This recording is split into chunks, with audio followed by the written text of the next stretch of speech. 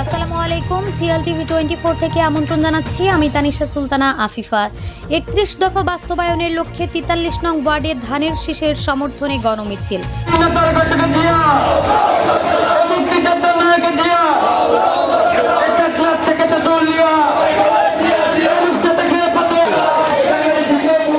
October রোজ শুক্রবার বিকাল 4 ঘটিকায় 43 নং সাংগঠনিক ওয়ার্ড আমিন শিল্প এলাকায় বাংলাদেশ জাতীয়তাবাদী দল বিএনপির ভারপ্রাপ্ত চেয়ারম্যান জননেতা তারেক রহমান কর্তৃক উপস্থাপিত 31 দফা বাস্তবায়নের লক্ষ্যে আসন্ন জাতীয় সংসদ নির্বাচনে ধানের শীষের পক্ষে চট্টগ্রাম মহানগর যুবদলের সাবেক ধর্ম বিষয়ক সম্পাদক মোহাম্মদ মহিউদ্দিন মুকুলের নেতৃত্বে এক গণমিছিল অনুষ্ঠিত হয়।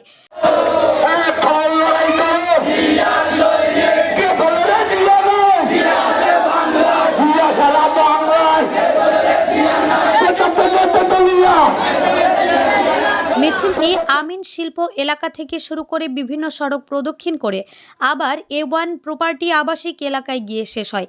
এ সময় মিছিলটি যাওয়ার সময় সাধারণ জনগণ তাদের হাততালি দিয়ে অভিনন্দন জানায়।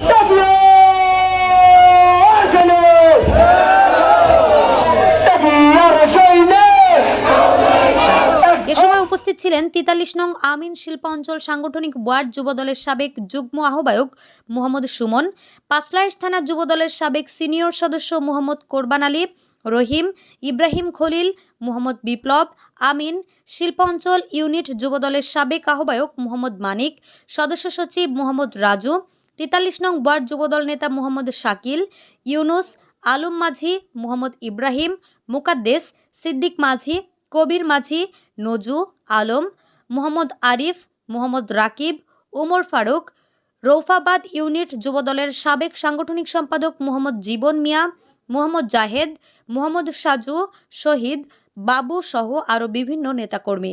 মোহাম্মদ মহিউদ্দিন মুকুল বলেন, কোনো কথা হবে না, আমরা সকলে ধানের শীষের ভোট আমরা আজকে জনগণ থেকে চাবো এবং আমরা সংসদ ভোটে আগে কোনো গণভোট হতে দেব না। ইনশাআল্লাহ আমরা বাংলাদেশ জাতীয়তাবাদী দলের সকল নেতা কর্মী আমরা মাঠে আছি, থাকবো ইনশাআল্লাহ। কারণ আমরা আওয়ামী লীগের দুঃশাসনের ছাত্র জনতার সম্পদ এই জুলাইকে বিক্রি করে আগামী নির্বাচনকে সামনে রেখে সকল পর্যায়ের নেতাকর্মীদের ঐক্যবদ্ধ হয়ে বিএনপির ভারপ্রাপ্ত চেয়ারম্যান জনাব তারেক রহমান কর্তৃক ঘোষিত রাষ্ট্র কাঠামো মেরামতের 31 দফার বিষয়বস্তু সাধারণ জনগণের ঘরে ঘরে পৌঁছে দেওয়ার আহ্বান জানিয়ে 30 দফা শুধু একটি রাজনৈতিক কর্মসূচি নয়, এটি জনগণের মুক্তির রূপরেখা। রাষ্ট্র মেরামতে 31 দফার প্রচারে কাজ করছি। এলাকার সাধারণ জনগণ সহ সকল শ্রেণীর জনতা 31 দফা স্বতঃস্ফূর্তভাবে গ্রহণ করছে। দেশে গণতন্ত্র পুনরুদ্ধার ও জনগণের অধিকার প্রতিষ্ঠায় বিএনপি যে 31 দফা কর্মসূচি ঘোষণা করেছে তা বাস্তবায়িত হলে দেশের প্রতিটি নাগরিক ন্যায় বিচার, সম অধিকার ও প্রকৃত স্বাধীনতা ভোগ করতে পারবে। আওয়ামী লীগ দেশের সম্পদ লুটপাট করে জনগণকে দুর্ভোগে ফেলেছে। বিএনপি ক্ষমতায় গেলে জনগণের সরকার প্রতিষ্ঠা করবে এবং একটি আধুনিক ও জবাবদিহিমূলক রাষ্ট্র কাঠামো গড়ে তুলবে।